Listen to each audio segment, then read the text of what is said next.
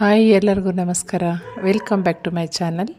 ಇವತ್ತಿನ ವಿಡಿಯೋದಲ್ಲಿ ಚಳಿಗಾಲ ಅಥವಾ ಮಳೆಗಾಲದಲ್ಲಿ ದೇಹಕ್ಕೆ ಹಿತವನ್ನು ಬಾಯಿ ನಾಲಿಗೆಯ ರುಚಿಯನ್ನು ಹೆಚ್ಚಿಸುವಂತಹ ಪೆಪ್ಪರ್ ರೈಸನ್ನು ಮಾಡೋ ವಿಧಾನವನ್ನು ಇವತ್ತಿನ ವಿಡಿಯೋದಲ್ಲಿ ನೋಡೋಣ ಬನ್ನಿ.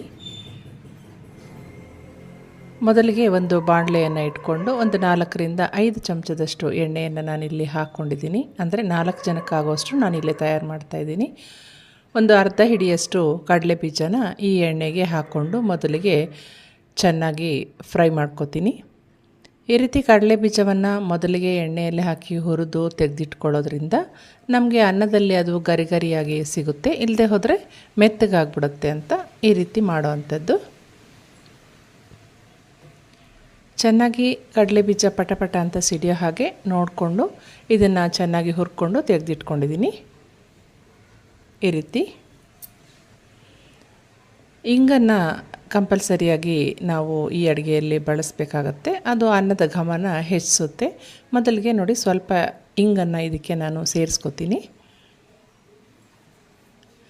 ಇಂಗಿನ ವಾಸನೆ ಕೆಲವರಿಗೆ ಇಷ್ಟ ಆಗಲ್ಲ, ಅವ್ರು ಬೇಕಿದ್ದರೆ ಸ್ಕಿಪ್ ಮಾಡ್ಬೋದು. 1 ಚಮಚದಷ್ಟು ಜೀರಿಗೆಯನ್ನು ಹಾಕ್ಕೊಂಡಿದ್ದೀನಿ.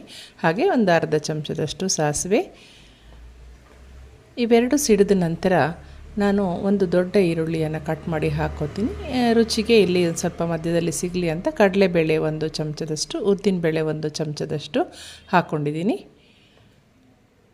ಇದನ್ನೇನು ಪಕ್ಕಕ್ಕೆ ತೆಗೆದಿಟ್ಕೊಳ್ಳೋ ಅವಶ್ಯಕತೆ ಇಲ್ಲ. ಇದೇನು ಮೆತ್ತಗಾಗಲ್ಲ, ಗರಿಯಾಗೇ ಇರುತ್ತೆ. ನೋಡಿ, ಇದನ್ನು ಸ್ವಲ್ಪ ಚೆನ್ನಾಗಿ ಫ್ರೈ ಆಗಬೇಕು ಎಣ್ಣೆಯಲ್ಲಿ. ತದನಂತರ ಈಗ ಒಂದು ದೊಡ್ಡ ಈರುಳ್ಳಿಯನ್ನು ನಾನು ಇದಕ್ಕೆ ಸಣ್ಣಗೆ ಕಟ್ ಮಾಡಿ ಹಾಕ್ಕೊಂಡಿದ್ದೀನಿ. ಇವೆಲ್ಲವನ್ನು ಎಣ್ಣೆಯಲ್ಲಿ ಚೆನ್ನಾಗಿ ಫ್ರೈ ಮಾಡ್ಕೋತಾ ಖಾರಕ್ಕೆ ಒಂದು ಸ್ವಲ್ಪನೇ ಹಸಿಮೆಣಸಿನ್ಕಾಯನ್ನು ಅಥವಾ ಒಣಮೆಣಸಿನ್ಕಾಯನ್ನು ಬಳಸ್ಕೋಬಹುದು. ಯಾಕೆಂದರೆ ನಂತರ ಕಾಳು ಮೆಣಸನ್ನು ಬಳಸೋದ್ರಿಂದ ಇಲ್ಲಿ ಒಂದು 5-6 ಬೆಳ್ಳುಳ್ಳಿ ಹೋಳುಗಳನ್ನು ಸಣ್ಣಕ್ಕೆ ಹಚ್ಕೊಂಡು ನಾನೀಗ ಇದಕ್ಕೆ ಸೇರಿಸ್ಕೊಂಡಿದ್ದೀನಿ. ಈರುಳ್ಳಿ, ಬೆಳ್ಳುಳ್ಳಿ, ಕಡಲೆಬೇಳೆ, ಉದ್ದಿನಬೇಳೆ ಎಲ್ಲವನ್ನು ಎಣ್ಣೆಯಲ್ಲಿ ಈ ರೀತಿ ಫ್ರೈ ಮಾಡ್ಕೊಳ್ಳೋಣ. ನಂತರ ನೋಡಿ, ನಾನು 4 ಹಸಿಮೆಣಸಿನ್ಕಾಯನ್ನು ದಪ್ಪ ದಪ್ಪಕ್ಕೆ ಹಚ್ಕೊಂಡು ಹಾಕ್ಕೊಂಡಿದ್ದೀನಿ.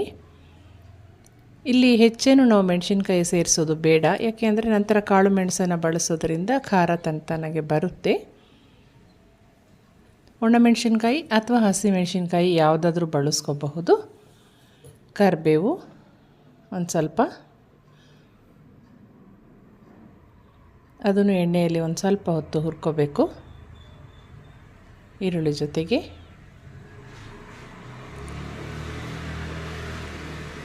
ನಂತರ ನಾವು ಮೊದಲೇ ಮಾಡಿಟ್ಕೊಂಡಿರುವಂತಹ ಅನ್ನವನ್ನು ಒಂದು ದೊಡ್ಡ ತಟ್ಟೆಯಲ್ಲಿ ಆರಿಸಿ ಇಟ್ಕೊಂಡು ಈಗ ಇದಕ್ಕೆ ಬಳಸ್ಕೋಬೇಕಾಗುತ್ತೆ. ನೋಡಿ, ಅನ್ನವನ್ನು ಹಾಕಿದ ನಂತರ ಇಲ್ಲಿ 1 ಚಮಚದಷ್ಟು ತರಿತರಿಯಾಗಿರುವಂತಹ ಕಾಳು ಮೆಣಸಿನ ಪುಡಿಯನ್ನು ನಾನು ಇದಕ್ಕೆ ಹಾಕ್ಕೋತೀನಿ. ಇನ್ನೂ ರಫ್ ಆಗಿ ಬೇಕಾದ್ರೂ ಹಾಕ್ಕೋಬೋದು, ಆದರೆ ಬಾಯಿಗೆ ಸಿಗುತ್ತೆ ಅದು ಅನ್ನೋ ಉದ್ದೇಶಕ್ಕೆ ನಾನು ಇನ್ನೂ ಸ್ವಲ್ಪ ತರಿಯಾಗಿ ಮಾಡ್ಕೊಂಡಿದ್ದೀನಿ. ಕಾಯಿ ತುರಿ ಹಸಿದು ಒಂದು ಅರ್ಧ ಕಪ್ನಷ್ಟು,